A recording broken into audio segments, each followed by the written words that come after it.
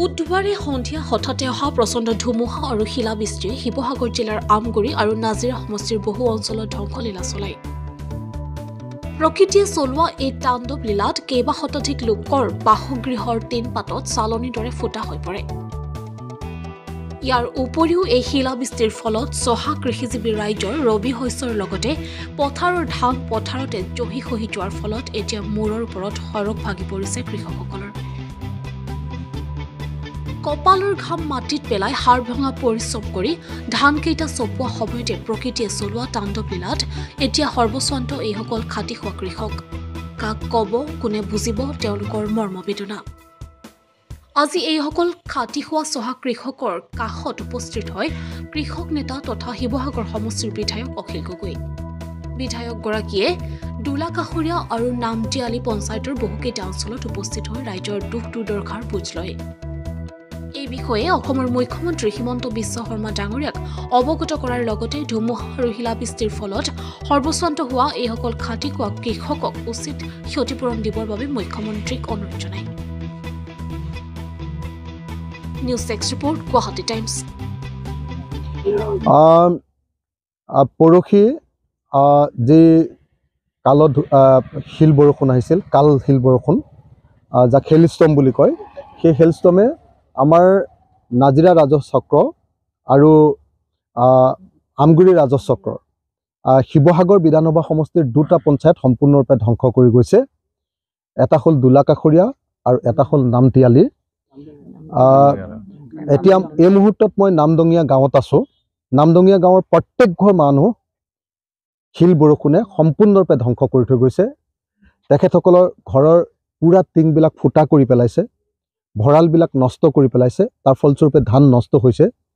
পথাৰত যিমান ধান আছিলে ধানবিলাক সম্পূৰ্ণৰূপে সৰি পৰিলে হেৰিয়াৰ কাৰণে, বৰফ পৰাৰ কাৰণে।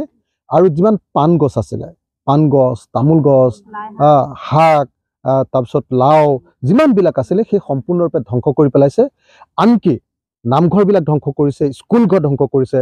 আৰু আমি দেখিবলৈ পাইছোঁ যে ঘৰৰ ভিতৰত যিবিলাক আমাৰ কাপোৰ কানি আছিলে, বাচন বৰ্তন আছিলে, কাৰোবাৰ ঘৰৰ বিচনা পত্ৰ আছিলে, আৰু আপোনাৰ চোফা ছেটকে ধৰি যিবিলাক মোবাইল, টিভি, এইবিলাক বস্তু, পানী পাইপ পৰ্যন্ত এইবিলাক সম্পূৰ্ণৰূপে ধ্বংস হৈ গৈছে।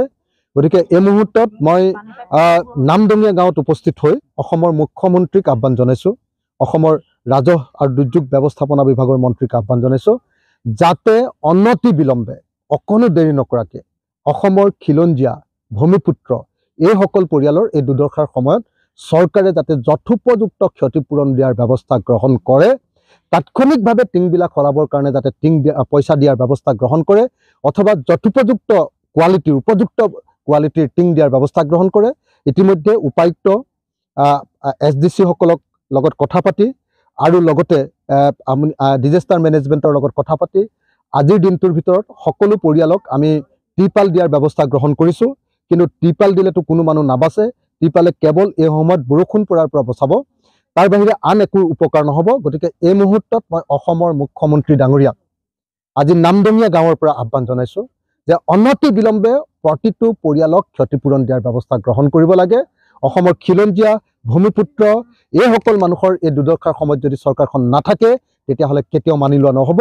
মই মুখ্যমন্ত্ৰীক অনতি বিলম্বে এই কাম আগবঢ়াবৰ কাৰণে অনুৰোধ জনাইছোঁ। ইতিমধ্যে মই ফোনযোগে মুখ্যমন্ত্ৰীক এই কথা জনাইছোঁ। আশা কৰিছোঁ মুখ্যমন্ত্ৰীয়ে আমাৰ আহ্বান ৰক্ষা কৰি এইসকল পৰিয়ালৰ দুৰ্দশাৰ সময়ত সাহায্য দিয়াৰ, প্ৰকৃত অৰ্থত সাহায্য দিয়াৰ ব্যৱস্থা গ্ৰহণ কৰিব। দোলাকাষৰীয়া পঞ্চায়ত নাজিৰা সমষ্টিৰ পৰা আহিছে আৰু নামটিয়ালি পঞ্চায়ত, এই দুটা পঞ্চায়তত সম্পূৰ্ণৰূপে শিল বৰষুণে যোৱা পৰহি ধ্বংস কৰি পেলাইছে। মানুহৰ ঘৰবিলাক সম্পূৰ্ণৰূপে বিধ্বস্ত কৰি পেলাইছে, টিংবিলাক ফুটাই পেলাইছে। এঘৰ দুঘৰ নহয়, শ মানুহৰ ঘৰ এনেকুৱা অৱস্থা হৈছে। মানুহৰ ভঁৰালবিলাকো সম্পূৰ্ণৰূপে ধ্বংস কৰিছে। খেতিপথাৰ বিশেষকৈ ধানবিলাক সম্পূৰ্ণৰূপে নষ্ট কৰি পেলাইছে।